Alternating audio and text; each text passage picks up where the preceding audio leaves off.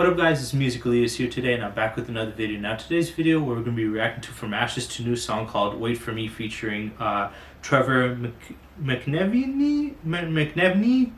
Sorry, I know I mispronounced the last name very hard. It's just hard to pronounce. And he's from the band called Thousand Foot Crunch, which I've heard of that band, I just never heard any of their music. This song was more about, from the thumbnail, it was about war and military, the army and stuff like that, which I think this is my third song about war. The first one was from Rise Against, then the second one was against Five Finger Death Punch, and now from Ashes to New. So I've been kind of having a couple of songs that have been about war and military and stuff like that. I've never gone to the military, or have any family members from the military, so I don't know anything about it that much. Though I do have friends that have wanted to join the military. Though I only think one of them actually became, went into the military. I think he became a Navy, but everybody else, they stated that they wanted to do it, especially in my school, but I don't think most became, in the military, sadly. But yeah, before I get into this, I do want to give a big shout out to Matt from Emo's Not Dead. I want to talk about, how he has a Kickstarter, and he's creating this little Kickstarter for his project where he's trying to make an album and trying to go on tour. I have made a pledge to it, so I'll have the link in the description down below for his Kickstarter for you guys to go give a pledge for his album. If you guys don't want to do it, it's fine, but this is just a little suggestion for me because I really like his music and I want to see him achieve his goals. So yeah, this song seems like it's going to be pretty interesting, so yeah, let's get into it.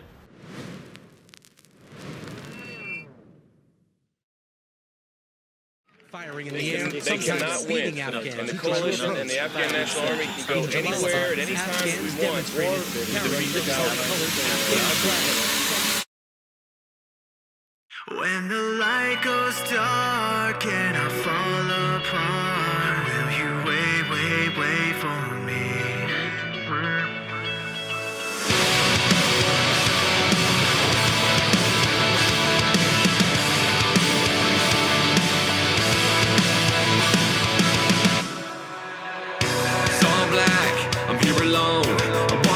Everything I said wrong, I lost track, I'm feeling low.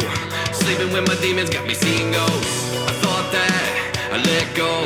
My dark past follows like a shadow. It comes back, it's an echo.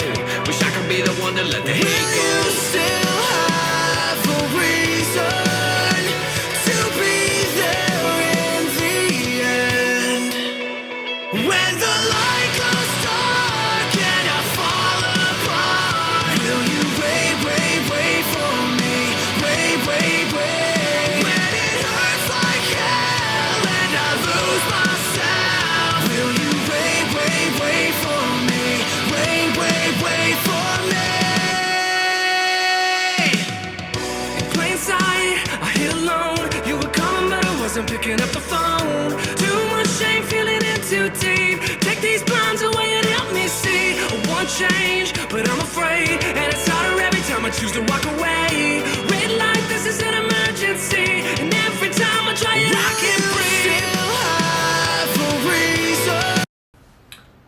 Okay, so there's quite a bit of stuff I want to talk about in this video. First, the music, then I want to talk about, the situation, the story behind it, and then a third thing that's kind of personal to me. So first, the music, it sounds very great. I love the singer from Ashes to New. His voice is very nice, it's very beautiful, it's smooth. He just has a very nice voice. And Trevor, I think he was doing the rap part for this one, and he was doing very fast. He was doing a nice flow, he had a really nice cadence. So the vocalistically is very amazing. The instrumentals are really great. The guitar riff is heavy, the drums are going hard, and it fits and matches the the style of the video very well. Now with the video, let's talk about what is going on. This is talking about the Afghan war where America was there for I think like 20 years or over 20 years at this point.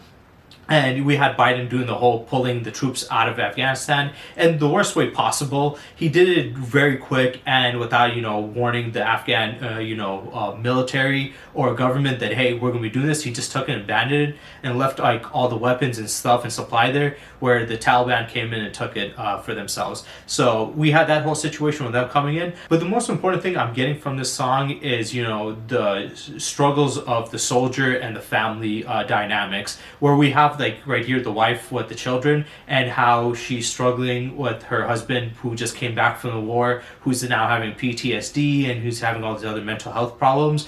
And that is the crazy thing, and the worst thing about war and stuff is when you have family members that go into wars and stuff, and especially if you're married to that person, and they're first of all they're going to be gone for a while, so that already sucks, and then they're in a dangerous situation where they can get killed or very hurt, which also is very scary, and is it's just in your head the entire time. But also the fact that even if they do survive and they come back home, they will never be the same person that they once were, and they'll be dealing with mental health problems for possibly for the rest of their life. So now not only did you lose them for quite a while because they were gone into a war, but now also you're also worrying if they're going to die or make it back. And when they do make it back, they're never going to be the whole person that they used to be, and they're completely changed, and now you have to deal with the struggle of what they're going through. And your emotions just you're always going to be concerned about a person, and it's never going to go away. So there's the problem there. But then I want to talk about another thing where it's more personal to me, is the fact that I'm actually Afghan myself, and I came to America a long time ago, like all the way back in like I think 03, 04. So for me, I don't know much. I don't remember much about Afghanistan. I was very young when I came here. I think I was like, no, I came I was like 4 or 5 years old maybe at that time, so I don't really remember much. But I do remember when this situation happened, because this video is a year old, when Biden did that. Personally, it was a shit show what he did.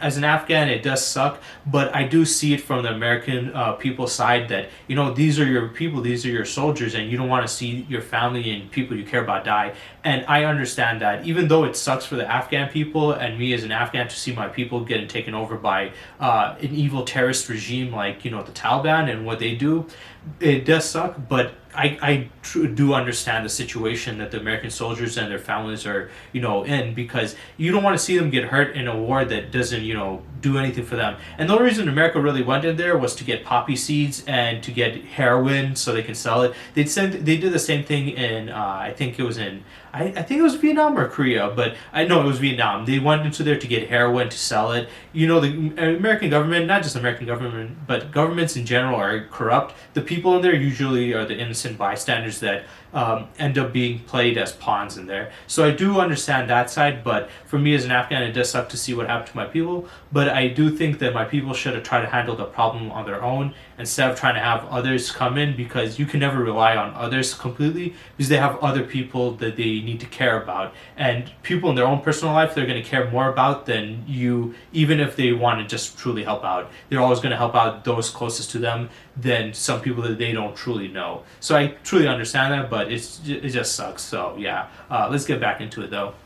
To be there in the end, when the light goes dark and I fall apart, will you wait for me, wait, when it hurts like hell and I lose myself, will you wait for me, wait for me.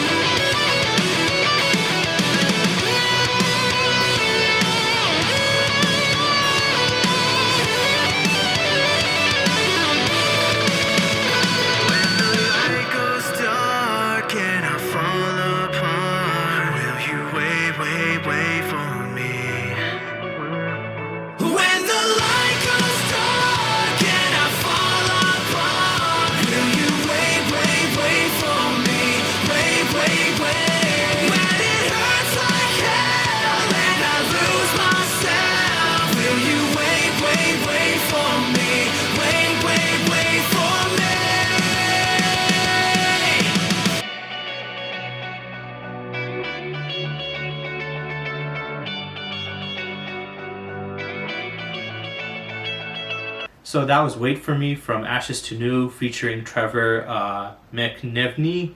that was an amazing song. It was very emotional, but I'm kind of confused towards the ending. He was there at home and she was holding the folded American flag, which we know usually is presented when a soldier dies, especially in war.